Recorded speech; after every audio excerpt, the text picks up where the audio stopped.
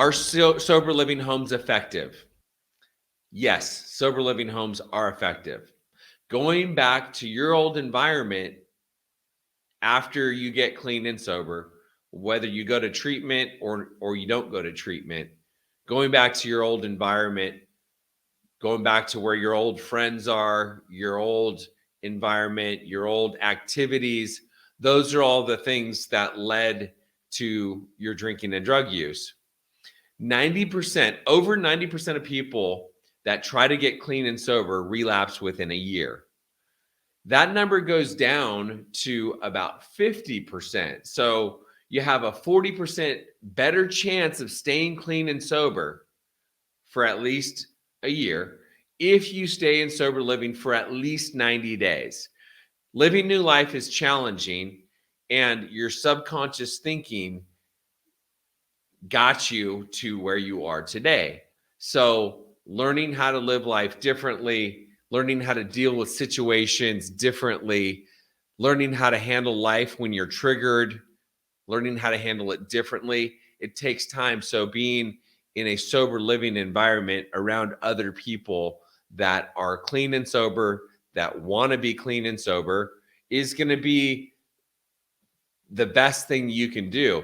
And many people say that sober living for 90 days is just as important, if not more important, than going to treatment. Going to treatment's important too. Going to detox, getting cleaned out that's important too. However, when you're in treatment, you're in a bubble. You're in a bubble, you're protected. Everything is totally, your day is set up for you. You get up at a certain time, breakfast is served, you have group, then you have your individual session, then you have lunch, then you have another group, then you do yoga, then you have dinner, then you have a 12-step meeting, then you have curfew and you're in bed. Like everything is completely laid out. So even if you are triggered, I mean, you're less likely to be triggered when you're in treatment, but you're in a bubble. And I've seen so many people that go to treatment for 30 to 60 days, 90 days, and once they get out, they say, you know what? I'm done. I'm good. I'm never going to drink again. I'm never going to use again. No. You don't understand. Like, I'm never going to go back. The problem is that you have not learned how to live life without being in the bubble yet. So going to a sober living home is a good step down, where you have the rules, you have the structure, you have the accountability, you have team members in place to help you stay on track. Otherwise, when you go back to living on your own, there's no rules. There's no rules.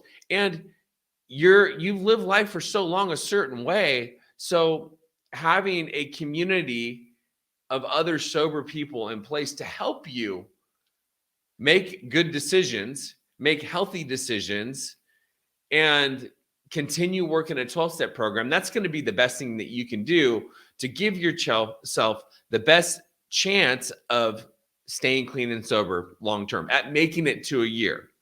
And statistically, if you make it to a year, so less than 10% of people make it to a year. But if you do make it to a year, and when you make it to a year, you've got a 67% chance of making it to 5 years. So that's kind of the next hurdle, the next major milestone anyways. Each year is a milestone, but 5 years is the next major milestone.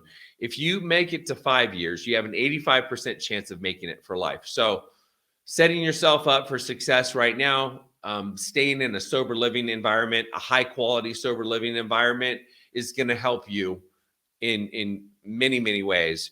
And you can Google, I did a video, recovery resident standards. So Google recovery resident standards on my YouTube channel to learn more about what makes a sober living home effective.